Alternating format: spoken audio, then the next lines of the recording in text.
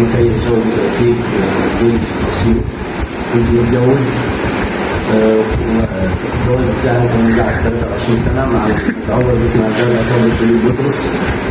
جيت بعد كده وقعت في البدني الدكتور محمد رحمه، اتكلمت مع الدكتور محمد رحمه فقلت تعالى يعني اعمل حلقة معايا كنت عايز ايه يا اختنا؟ اصطادوا محمد رحومه علشان مراته اسلمت، فاصطادوا قال له تعالى صور معايا فيديو. هو بيقول كده؟ هو انا مش سامع كويس الصوت من عند الاخت هو او الصوت من عند وهو بيسجل. هو بيقول محمد رحومه تواصل معايا في الفيديو ده، الاول بيعرف نفسه بيقول انا زفت زفت زفت جوز فلانه